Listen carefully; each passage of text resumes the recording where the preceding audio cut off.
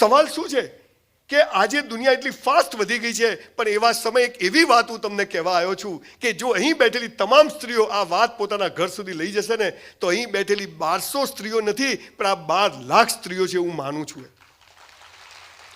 તમારું જીવન મેં મારી બાને બિલકુલ નરી આંખે જોયા છે. મારી બા બહુ જ સુખી ઘરના, મારા બાપુજીની 100 વીઘા જમીન મારા નાનાની, મારા નાના સફેદ પાઘડી સફેદ કપડાં પહેરે, ઘોડી રાખે, બે ઘોડી રાખે, એવા ઘરમાંથી મારી બા મારા બાપુજીને 7 ભાઈ એવા ગરીબ ઘરમાં લગ્ન કરીને આવી. 12 વર્ષની ઉંમર એક તો બાળ લગ્નો થતા, અને એ આવ્યા પછી 6 દિયરો, મારા બાપુજીને 7 ભાઈ, અને એ 6 ભાઈઓને ભણાવ્યા. અમે 4 ભાઈ બહેનને અમને ભણાવ્યા. મારા બાપુજી દરજી કામ કરે, અને એની સાથે ને સાથે જેણે કદી કામ નથી કર્યું એ કચરા પોતું વાસણ 10 રૂપિયાના ભાડાના ઘરમાં મારા બાપુજી જોડે રહે, અને છતે સંજય રાવલ જેવી નોટો પેદા કર્યા સ્ત્રી કરી શકે છે. પણ આ ક્યારે થાય? હું એક વાત ચોક્કસ કહું છું. પાછળ વિડીયોવાળા ભાઈ તમે સ્ટ્રેટ કરીને બેસી જજો, હો ને. એટલે પેલા બહેનો છે ને બિચારા આમ થાય છે આમ, અને એ એમ થાય છે એટલે હું આમ થઉં છું. એટલે મને એમ તમારા કપડાં તો બરાબર છે ને હાલું? તમે હસો તો કેવા લાગો છો, ફેર એન્ડ લવલી જેવા એમ. અને હમણાં અહીંથી બહાર જશો ને, ચાવી ક્યાં ગઈ? કેટલી ચિંતા. હું અહીંયા આવ્યો ત્યારે સ્ટેજ પર જોતો હતો ને તમને બધા જીવનમાં મજા નથી. હમણાં હું મેડિકલ કોલેજમાં ગયો, મેડિકલના છોકરાઓ 494% વાળાને 54% વાળો લેક્ચર આપવા ગયેલો.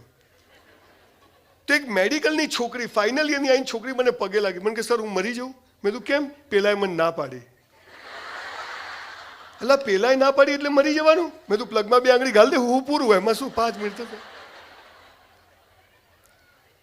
બહેનો, આ દુનિયામાં આપણે સેક્સ અને પૈસા માટે નથી આવ્યા. We are here for a reason. પણ આ રીઝન કોઈ કહેતું નથી. જેને પૂછે મોટા થાવ ખબર પડશે. તને હું પડી મને પડશે. તમે દિવેલ પીધેલા ફરો, હું દિવેલ પીધેલો પડીશ. 300 ધર્મ અને 3000 સંપ્રદાયો, પાપ અને પુણ્ય, સ્વર્ગ અને નર્ક, કલયુગ અને સતયુગમાંથી આપણે બહાર જ નથી આવ્યા. અને બીજી બાજુ bogus 3rd class education system છે. સાલું સ્કૂલ કોલેજમાં ભણાવે, જીવનમાં કામ નથી આવતું. જીવનમાં જે કામ આવે હાલા સ્કૂલોમાં ભણાવતા નથી. આ સૌથી મોટો પ્રશ્ન છે. તમને સ્કૂલમાં નફો કરવાનું ભણાવે છે, પણ નુકસાન થાય શું કરવાનું? લટકી જવાનું. તાજમહેલ ભણાવે છે, લૈલા મજનુ, સીધી ફરિયાદ, મીરા, રાધા બધું ભણાવે, પણ પેલી ના પાડે તો? આ પ્રશ્ન છે. સૌથી વધુ સુસાઇડના પ્રશ્નો થાય છે. લોન ના મળે, લોકો 10% વ્યાજે લે છે. આ બધું કેમ થયું? એનું કારણ એક ચોક્કસ છે સાહેબ. બહેનો, બહુ નમ્રતાથી વાત કરું છું. હમણાં અમેરિકા ગયો, એક મોટું મ્યુઝિયમ હતું, એમાં એક કાચનું કેબિન, એમાં 4 બાજુ કેબિનમાં દૂરબીન લગાવેલા, બધા આમ જોવે, વેરી નાઇસ, વેરી નાઇસ. હું હલું છે શું અંદર? પછી $20 ટિકિટ. મેં તો હલા 1500 રૂપિયા થાય, પણ બધા જો યુ સી બેટા, યુ વેરી નાઇસ. મેં લઈને જોયું તો અંદર શું પડ્યું હતું ખબર છે? તૂટેલા માટીના માટલાના 4 ટુકડા. આપણું માટલું હોય ને, માટલું, એના 4 ટુકડા. એટલે મેં કીધું હાલો આમાં હું છે જોવા જેવું. તો મેં બહાર જઈને જોયું તો બહાર લેબલ લગાવેલું. શું લખેલું? અંગ્રેજીમાં, ગુજરાતીમાં કહું છું કે ઘણી મારી બહાર ઉંમરના લોકો બેઠા છે. અંગ્રેજી છે ને ભાષા જે હોશિયારી નથી, યાદ રાખજો. ગમે તેવી અંગ્રેજી ભણેલી છોકરીઓ કૂતરું પાછળ પડે તો કે હે એક્સક્યુઝ મી આવે જ નહીં.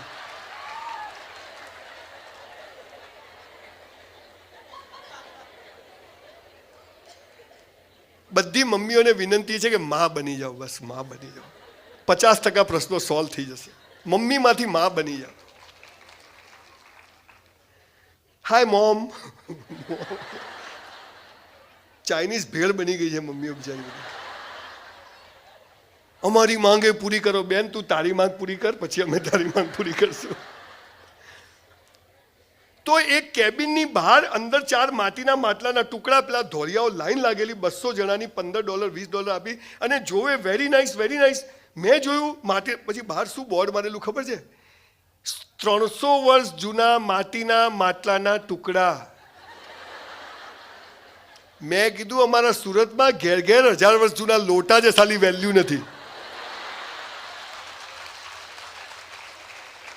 બહેનો, જે સમાજ, જે સંસ્કૃતિ પોતાની સંસ્કૃતિને વારસો ભૂલી જાય છે ને, એ દેશની પથારી ફરી જાય છે. 5000 વર્ષની સંસ્કૃતિ વાળો આ દેશ, શકો, હુણો, આર્યો, અંગ્રેજો, મોગલો આપણી પથ્થર ઠોકી ગયા, પણ આ દેશ અડીખમ ઊભો છે. અને આવનારા 10 વર્ષમાં અમેરિકા લાઈનમાં ઊભો છે, એવો બનવા જઈ રહ્યો છે.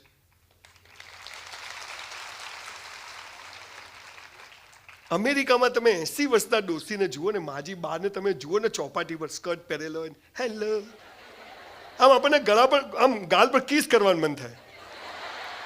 અને અહીંયા તો આપણે 30-35 વર્ષના બહેનને એકાદ છોકરું એને કોઈ મળે ને, આમાં તો હવે જિંદગી પતી ગઈ. શું પતી ગઈ? આ નારી શક્તિ છે. આખી વાત જુદી છે. આપણને સાચું કોઈએ કહ્યું જ નથી કે તું ના, સાહેબ સ્ત્રી છે, સ્ત્રીને પુરુષ 50-50% હોય. પણ તમે જોજો, બહુ ઈમાનદારીથી તમને, હું છે ને હું સારું બોલતો જ નથી, હું સાચું બોલું, અને એટલે મને લોકો બીજી વાર નથી બોલાવતા.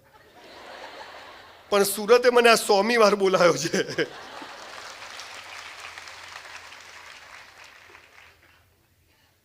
સાવની હોય ને, હું તમને કહું છું સાહેબ, 2001માં મારો ભાઈ કાર એક્સિડન્ટમાં ગુજરી ગયો. પણ મારા ભાભી, એની 2 દીકરીઓ, એનો દીકરો, મારી 2 દીકરી, મારો દીકરો, મારી બા, અમે આજે પણ 20 વર્ષે એક જ ઘરમાં એક રસોડે રહીએ છીએ સાહેબ. મારી બા કહેતી, જે ભાઈનો ના થાય ને કોઈનો ના થાય. સાવણીની સળીઓ ભેગી હોય ને તો કચરો કાઢે, પણ છૂટી પડી જાય ને તો ખુદ કચરો બની જાય.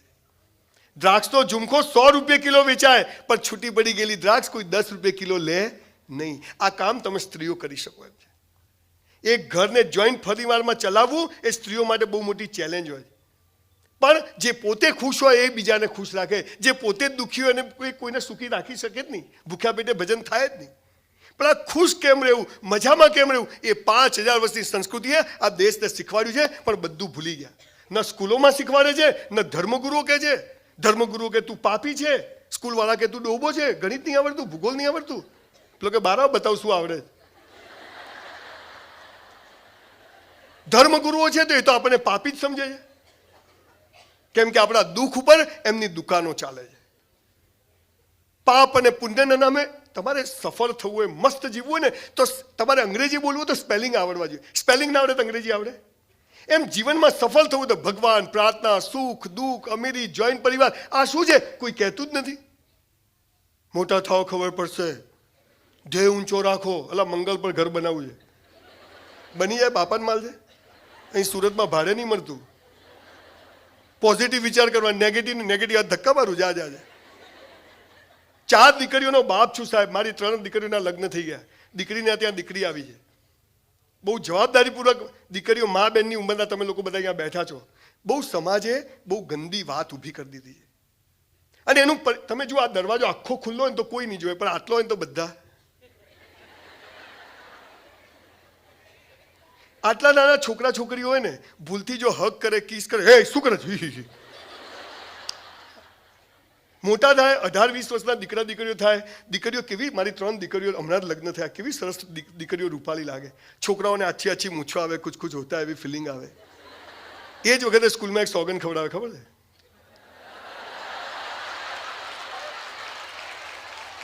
એટલે લગ્ન કરવા પાકિસ્તાન જવાનું. એ ભણાવો ને, ભૂલો ભલે બીજું બધું, મા બાપને ભૂલશો નહીં, અગણિત છે. હા ભણાવો ને, ભાઈ બહેન છે.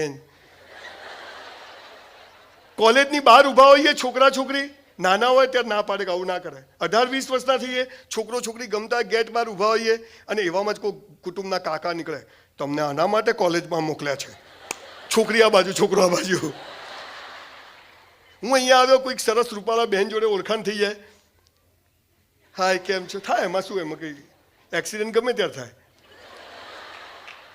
હવે એ જ બેન સાથે, એ બેન પણ કાલે સુરતથી બોમ્બે જતા, હું સવાર જતો, હું એરપોર્ટ પર એ બેનને મળી જઉં, હું વાત કરતો હોઉં.